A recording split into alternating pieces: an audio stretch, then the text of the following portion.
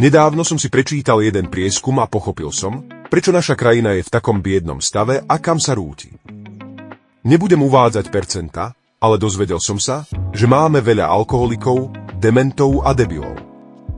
Polovica obyvateľstva má podpriemerný intelekt a čierno-biele myslenie. Premiér je dostrieľaný, bezpečnostné opatrenia boli zabezpečené na maximálnej úrovni. No to môže povedať, keď bude páchateľ zastrelený, keď budú aspoň dvaja ochrancovia zranení a premiér bude maximálne trafený do nohy, pretože ho kryli celým telom aj z jednej aj z druhej strany a mali neprestrelené vesty a neboli tam ako na móle Gucciho v Miláne. Fatálne zlyhanie. Ako celok mi to v niektorých chvíľach pôsobí chaoticky. Rozumiem. Lebo toto musí byť súhra, ako to musí byť balet. Zábery z atentátu na premiéra Roberta Fica videl celý svet. Odborníci sa jednoznačne vyjadrili o mnohých fatálnych pochybeniach premiérovej ochranky. Podľa policajnej inšpekcie ochrankári pri atentáte nepochybili a Slovensko opäť utrpelo veľkú hanbu.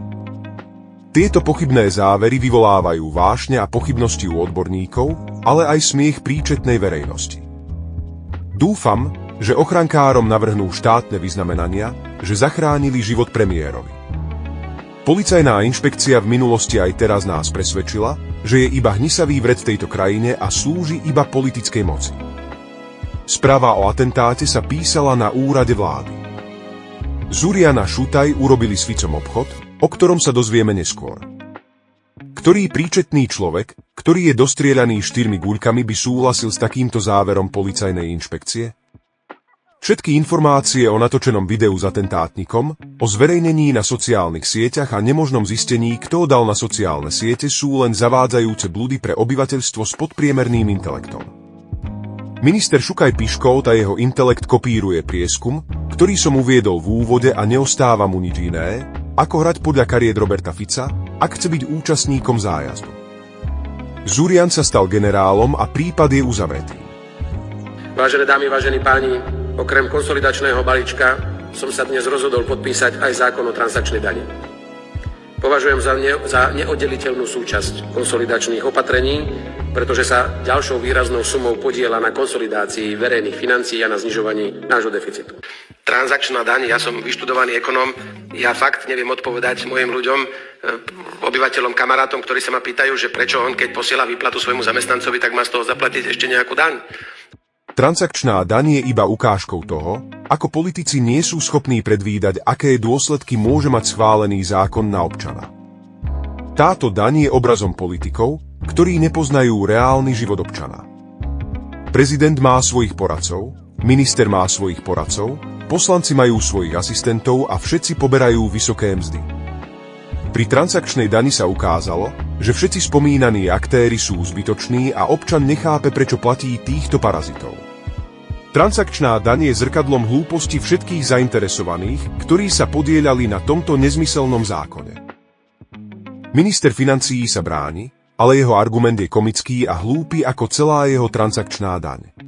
Transakčná daň je podľa Andreja Danka hlúpa. Ja odmietam to, že on bude volať moju transakčnú daň alebo našu transakčnú daň, za ktorú všetci hlasovali vrátane neho, nejakou hlúpou. Zdá sa, že drzosť poslancov nemá hranice. My sme na mítingoch nedehumanizovali pani prezidentku Čaputovú. Umelá inteligencia. A ak hovoríte, no to je umelá inteligencia asi na strane vašej. Aj toto video je známe na celom svete. Elita Smeru sa smeje a zábava na účet prezidentky. Minister zahraničia napriek tomu, že bol prítomný na tomto hanebnom mítingu bezočivo klame a vedome zo seba robí dementa. Je smutné, že tento klamár bol súčasťou štátnej delegácie, ktorá sa zúčastnila pohrebu pápeža vo Vatikáne aj s podvodníkom a prezidentom Slovenska. Slávnostné odovzdávanie národných cien pre najlepšie filmy za minulý rok verejnoprávna slovenská televízia odmietla odvysielať v priamom prenose a dokonca neodvysiela ani záznam. Kultúrna pracovníčka Martina Šimkovičová sa obávala umelcov a ich kritických verejných prejavov. Tak si pozrite jeden z prejavov na tomto podujatí. Preto by som dnes večer chcela túto cenu venovať aj všetkým tým, ktorí nezabudli na to, že mlčanie je forma súhlasu.